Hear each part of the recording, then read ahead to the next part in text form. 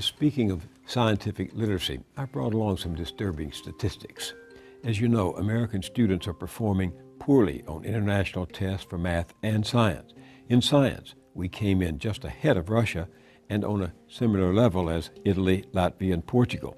In math, fewer than 9% of our students scored advanced compared to a whopping 55% in Shanghai, 40% in Singapore, and more than 16% in Canada. Yeah, welcome to the new world.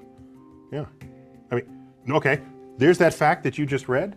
Now look at the rising economies in the world, the rising and falling economies. It's going to track those numbers. It's the beginning of the end of what we thought of as America. As I grew up in an America that had as a priority leading the world in every metric you can assemble for yourself. So this is the writing on the wall. Now, why hasn't it happened sooner? Because a lot of these numbers have been around for decades. Yeah. I have a hypothesis. I didn't do the experiment, but it's not good enough to only be smart at something or to score high on an exam.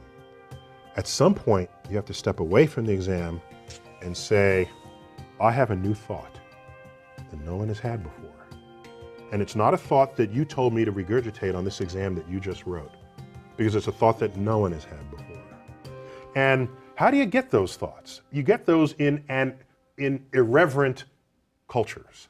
Possibly that has delayed our collapse because it is out of the environment of not regurgitating what someone else has learned in their lifetime that allows you to make a discovery that no one else has made before.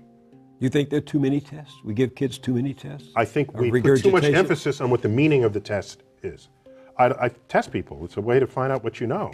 But don't then say, if you don't know this, therefore the rest of your life is screwed. No, because go find people who are successful in this world.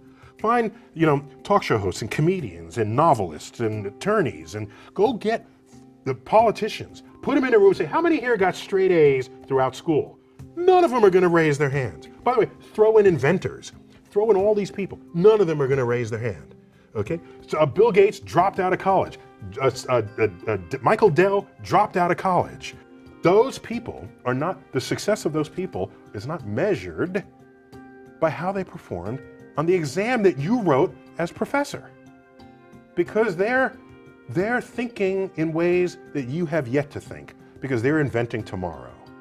And the only way you can invent tomorrow is if you break out of the enclosure that the school system has provided for you by the exams written by people who are trained in another generation.